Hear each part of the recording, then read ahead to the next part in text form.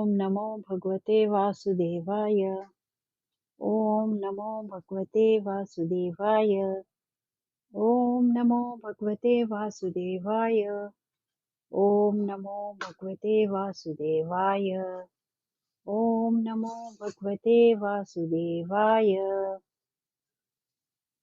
चौथा अध्याय गोकर्णोपाख्यान प्रारंभ।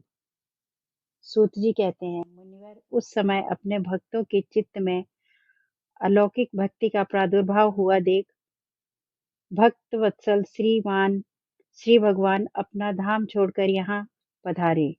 उनके गले में वनमाला शोभा पा रही थी। श्री अंग सजल जल धर के समान श्याम वर्ण था। उस पर मनोहर पीताम्बर सुशोभित था। कटि प्रदेश करधनी की लड़ियों से सुसज्जित था। सिर पर मुक्तों की माला लटक रही थी और कानों में कुंडलों की झलक देखते ही बनती थी। वे त्रिभंग ललित भाव से खड़े हुए चित्त को चुराए लेते थे। वक्ष स्थल पर कौस्तुभ मणि दमक रही थी। सारा श्री अंग हरि चंदन से चर्चित था। उस रूप की शोभा क्या कहें। उसने तो मानो करोड़ों कामदेवों का रूप माधुरी छीन ली थी। वे परम नंद चित्त मूर्ति मधुरादि मधुर मुरलीधर ऐसी अनुपम छवि से अपने भक्तों के निर्मल चित्तों में आविर्भूत हुए। भगवान के नित्य लोक निवासी लीला परिकर उदयवादी वहां गुप्त रूप से उस कथा को सुनने के लिए आए हुए थे। प्रभु के प्रकट होते ही चारों ओर से जय हो की ध्वनि होने लगी। उस समय भक्ति रस का अद्भुत प्रवाह चला। बार बार अबीर गुलाल और पुष्पों की वर्षा तथा शुद्ध ध्वनि होने लगी। उस सभा में जो लोग बैठे थे उन्हें अपने देह गेह और आत्मा की कोई सुध न रही। उनकी ऐसी तन्मयता देख नारद जी कहने लगे, मुनीश्वर गण, आज सप्ताह श्रवण की मैंने यह बड़ी ही अलौकिक महिमा देखी है। यहाँ तो जो बड़े मूर्ख दुष्ट और पशु पक्षी भी हैं वे सभी अत्यंत निष्पाप हो गए हैं। अतः इसमें संदेह नहीं कि कलिकाल में चित्त की शुद्धि के लिए इस भगवत कथा के समान मृत्युलोक में पाप पुंज का नाश करने वाला कोई दूसरा पवित्र साधन नहीं है। मुनिवर, आप लोग बड़े कृपालु हैं। आपने संसार के कल्याण का विचार करके यह बिल्कुल निराला ही मार्ग निकाला है। आप कृपया यह तो बताइए कि इस कथा रूप सप्ताह यज्ञ के द्वारा संसार में कौन कौन लोग पवित्र हो जाते हैं।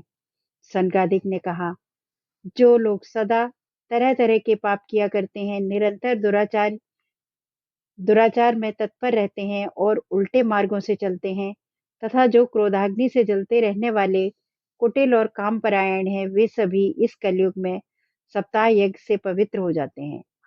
सत्य से च्युत माता पिता की निंदा करने वाले, तृष्णा के मारे व्याकुल, आश्रम धर्म से रहित, दंभी, दूसरों की उन्नति देखकर कुटने वाले, दूसरों को दुख देने वाले, वे भी कलयुग में सप्ताह यज्ञ से पवित्र हो जाते हैं। जो मदिरापान, ब्रह्म हत्या, सुवर्ण की चोरी, गुरु स्त्री गमन और विश्वासघात, ये 5 महापाप करने वाले, छल छद्म परायण, क्रूर, पिशाचों के समान निर्दयी, ब्राह्मण के धन से पुष्ट होने वाले और व्याभिचारी हैं, वे भी कलयुग में सप्ताह यज्ञ से पवित्र हो जाते हैं। जो दुष्ट आग्रह पूर्वक सदा सर्वदा मन, वाणी या शरीर से पाप करते रहते हैं, दूसरे के धन से ही पुष्ट होते हैं तथा मलिन और दुष्ट हृदय वाले हैं, वे भी कलयुग में सप्ताह यज्ञ से पवित्र हो जाते हैं। नारद जी, अब हम तुम्हें इस विषय में एक प्राचीन इतिहास सुनाते हैं।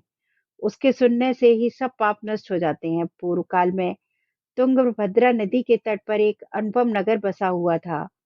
वहां सभी वर्णों के लोग अपने अपने धर्मों का आचरण करते हुए सत्य और सत्कर्मों में तत्पर रहते थे। उस नगर में समस्त वेदों का विशेषज्ञ और स्रोत स्मार्त कर्मों में निपुण एक आत्मदेव नामक ब्राह्मण रहता था। वह साक्षात सूर्य के समान तेजस्वी था। वह धनी होने पर भी भिक्षाजीवी था। उसकी प्यारी पत्नी धुंधली, कुलीन एवं सुंदरी होने पर भी सदा अपनी बात पर अड़ जाने वाली थी।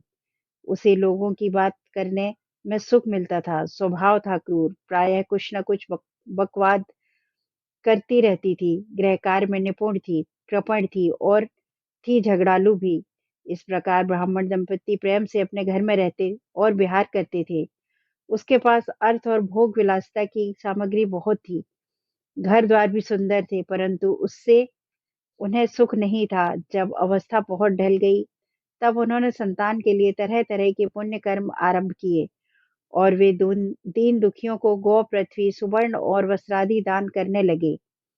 इस प्रकार धर्म मार्ग में उन्होंने अपना आधा धन समाप्त कर दिया, तो भी उन्हें पुत्र या पुत्री किसी का भी मुख देखने ना मिला। इसलिए अब वह ब्राह्मण बहुत ही चिंतातुर रहने लगा।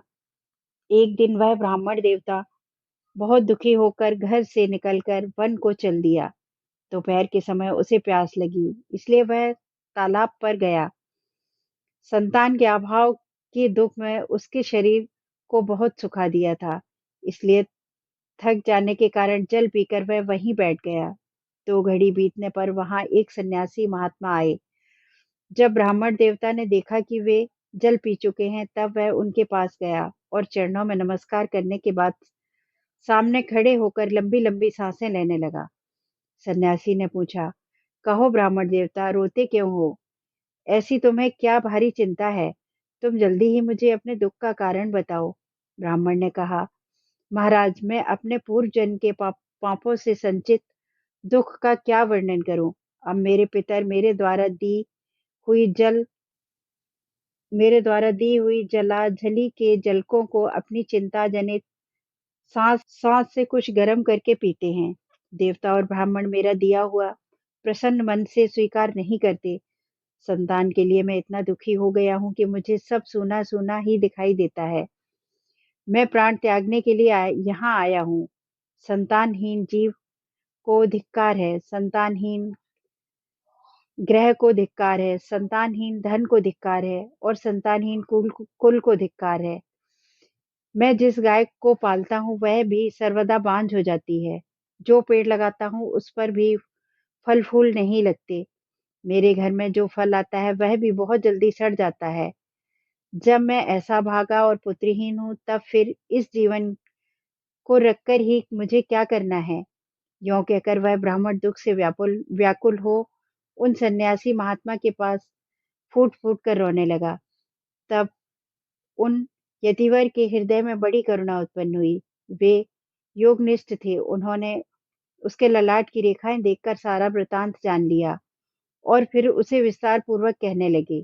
सन्यासी ने कहा, ब्राह्मण देवता, इस प्रजा प्राप्ति का मोह त्याग दो। कर्म की गति प्रबल है, विवेक का आश्रय लेकर संसार की वासना छोड़ दो। प्रियवर सुनो, मैंने इस समय तुम्हारा प्रारंभ देखकर निश्चय किया है कि 7 जन्म तक तुम्हारे कोई संतान किसी प्रकार नहीं हो सकती। पूर्व काल में राजा सगर एवं अंग को संतान के कारण दुख भोगना पड़ा था। ब्राह्मण, अब तुम कुटुंब की आशा छोड़ दो। संन्यास में ही सब प्रकार का सुख है।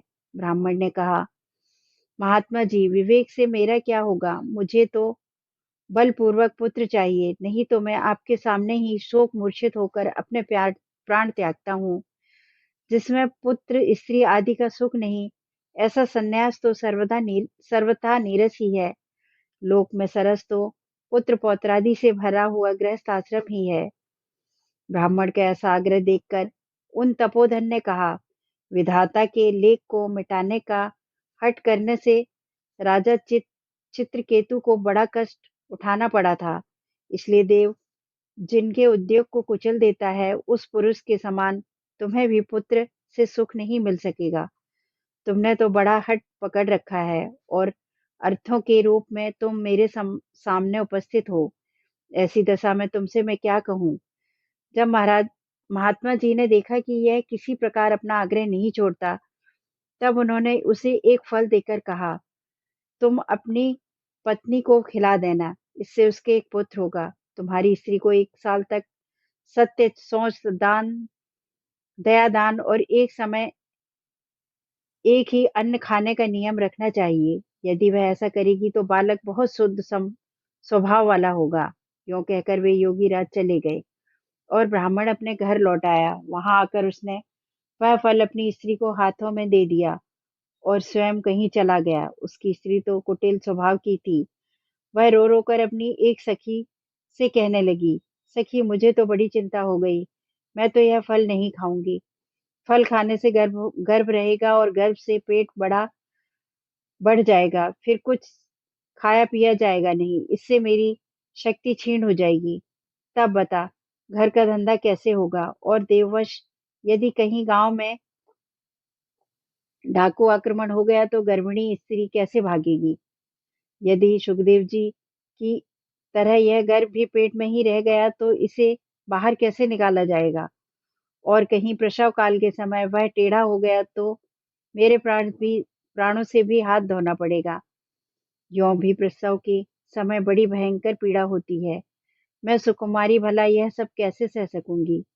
मैं जब दुर्बल पड़ जाऊंगी तब नंदरानी आकर घर का सब माल मता समेट कर ले जाएंगी और मुझसे तो सत्य शौचादि नियमों का पालन होना भी कठिन ही जान पड़ता है। जो स्त्री बच्चा जनती है उस उस बच्चे के लालन पालन में भी बड़ा कष्ट होता है। मेरे विचार से तो बंधवा या विधवा स्त्रियां ही सुखी हैं।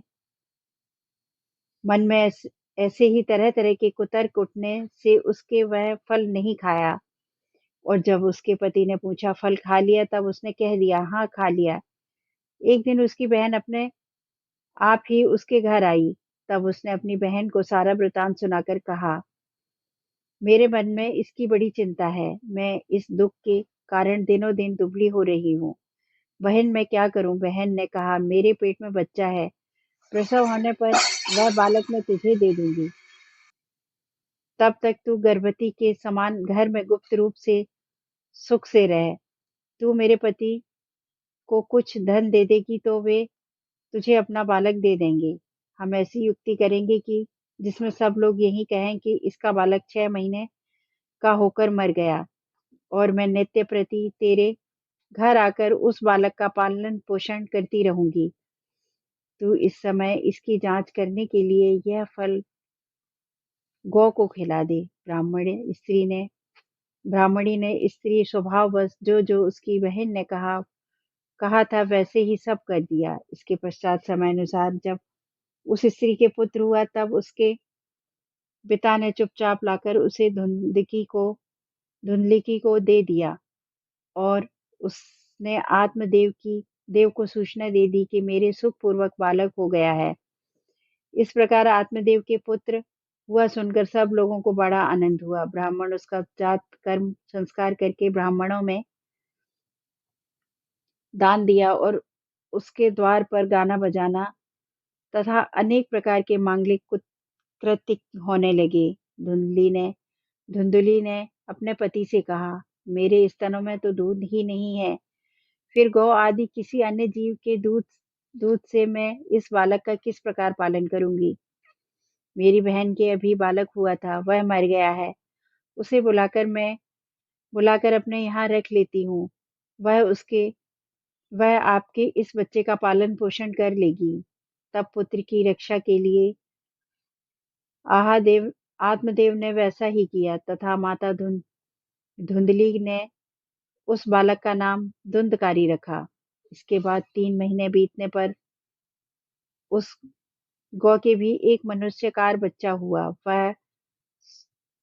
वह सर्व सुंदर दिव्य निर्मल तथा सुवर्ण की कांति वाला था। उसे देखकर ब्राह्मण देवता को बड़ा आनंद हुआ और उसने स्वयं ही उसके सब संस्कार किए। इस समाचार से और सब लोगों को भी बड़ा आश्चर्य हुआ और वे बालक को देखने के लिए आए तथा आपस में कहने लगे, देखो भाई, अब आत्मदेव का कैसा भाग्योदय हुआ है। कैसे आश्चर्य की बात है कि मौके के गौ के भी ऐसा ही दिव्य रूप बालक उत्पन्न हुआ है। देवयोग से इस गुप्त रहस्य का किसी को भी पता न लगा। आत्मदेव ने उस बालक के गौ के गौ से कान देखकर उसका नाम गोकर्ण रखा।